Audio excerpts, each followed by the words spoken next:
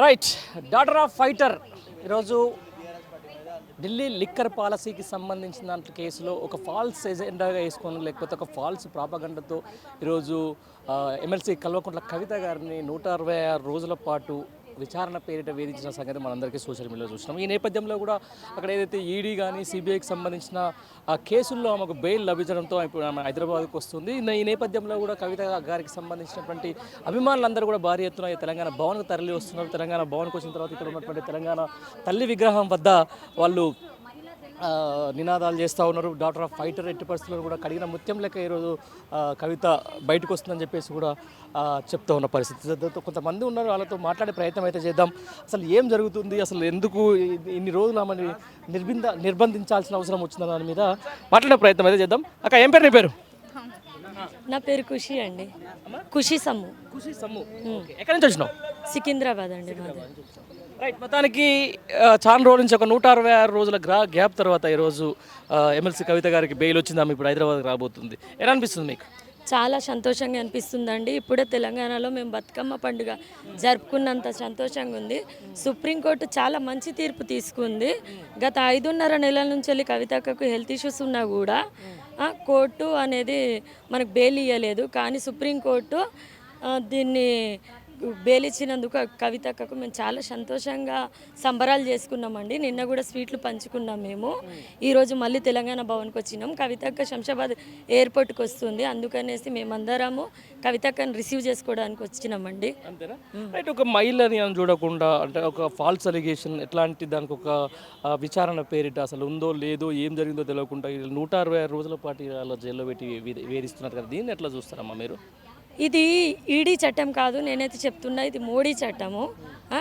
ఎందుకంటే ఎక్కడైనా ఎలక్షన్లు జరిగే ముందు కంపల్సరీ ఈడీ వస్తుంది, నోటీసులు వస్తాయి. నోటీసులు వచ్చిన తర్వాతనే ఎవరైతే ప్రజాక్షేత్రంలో ఉన్నారో వాళ్ళని కావాలనేసి ఇలా మన కేసీఆర్ గారిని పార్టీ పరంగా ఎదుర్కోలేక అప్పుడు కావాలని కవిత గారు తన కూతురైన కవిత అక్క పైన ఇటువంటి ఎలిగేషన్స్ పెట్టి కావాలని లోపలేశారు.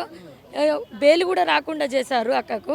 ఎందుకు అనంటే ఎటువంటి ఆధారాలు లేకుండా ఒక మహిళను గత 5.5 నెలల నుంచి వెళ్ళి ఇలా ఒక జైల్లో నిర్బంధించి వేధించి కనీసం వాళ్ళ పిల్లలను కూడా ఆమె దూరంగా ఉండి నిన్న వచ్చినప్పుడు అక్క ఏడుస్తూ నేను మొండిదాన్ని ఉండే కానీ ఇప్పుడు నేను వచ్చాను జగమొండినయ్యాను, నేను వేసే ప్రతి అడుగులో ఇప్పుడు కేవలం పోరాటమే ఉంటుందని అక్క ఎంతో చక్కగా చెప్పింది. ఇప్పుడైనా అర్థం చేసుకోవాలి, కవితక్క కడిగిన ముత్యంలాగా బయటికి వచ్చింది. ఇప్పుడు కూడా అక్క నేరస్తురాలుగా అయితే రాలేదు, నిందితురాలుగా కూడా రాలేదు. ఉత్తగా ఒక ఎలిగేషన్స్ పైన ఉన్నాయి కాబట్టి 5.5 నెలలు కావాలనేసి ఆమెను లోపల పెట్టి ఇలా చేసింది. ఇది ఈడీ చట్టం కాదు, ఇది మోడీ చట్టం. మీరేమంటారమ్మా? పూర్తిగా రాజకీయ భాగంలో కక్షపూరితంగా చేశారు. ఇది పూర్తిగా వాళ్ళ కేసీఆర్ని ఎదుర్కోలేక మన కవితక్కని ఎదుర్కోవడం జరిగింది. ఇది మోడీ ప్రభుత్వం చేపడుతున్న ఒక దీని మీద కూడా అసలు ఇక కవితకు బెయిల్ వచ్చింది, ఇప్పుడు బీఆర్ఎస్ పార్టీ బీజేపీలో కలుస్తుంది అది ఇదని చెప్పేసి కాంగ్రెస్ వాళ్ళు అంటారు కమ్మా. అవన్నీ అసత్యాలండి. అవి రాజకీయంగా భాగంగా ఆడుతున్న ఒక మాయమాటలు అంతే. అవన్నీ నమ్మకూడదు. నిజంగా మీరు నమ్ముతున్నారా కవితక్క గారికి సంబంధించిన అన్యాయం జరిగిందని చెప్పేసి? అవునండి, 100%. మా కవితక్క ఎప్పటికైనా కడిగిన ముత్యమే అండి. మీరేమంటారమ్మా? ఇందాక కవిత, నా పేరు రేణుకా యాదవ్, నేను హైకోర్టు అడ్వకేట్ని సార్. కవితక్క మార్చు కాబట్టి మిమ్మల్ని చాలా అడిగేది ఉంటుంది, ఎటు జరగండి.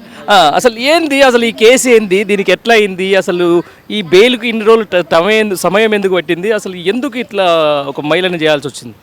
ఏమి ఎలిగేషన్స్ లేవు కాబట్టి ఏదో రకంగా కవితక్కని జైలుకి పంపించాలని మోడీ కుట్ర. కానీ అది ఈడీ అంటారు, కానీ అది ఈడీ కాదు, ఓన్లీ మోడీది.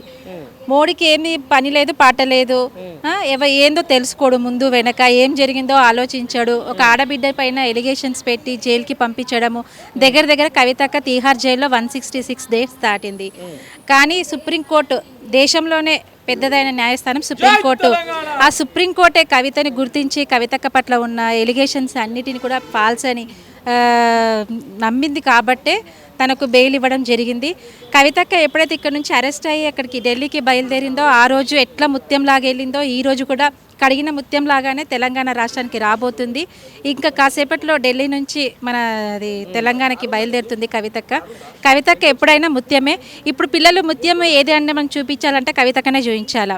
కవితక్క ఒక మంచి ముత్యం, ప్యూర్. ఆమె మనసు కూడా ప్యూర్, అన్నీ కూడా ప్యూరే. తను ఏది చేసినా కూడా ప్యూర్గానే చేస్తుంది. ఏవో అన్ని చాటుగా ఏం చేయదు.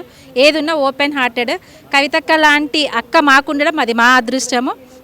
అది ఇవన్నీ ఓన్లీ ఫాల్స్ ఎలిగేషన్స్ ఎగెనిస్ట్ కవితక్కకి. ఇప్పుడు అంటే అసలు చట్టాల ప్రకారం ఇన్ని రోజులు ఒక మహిళని అంటే ఒక విచారణ ఖైదీగా ఉంచొచ్చా? అసలు మీరు ఒక లాయర్గా చెప్పండి.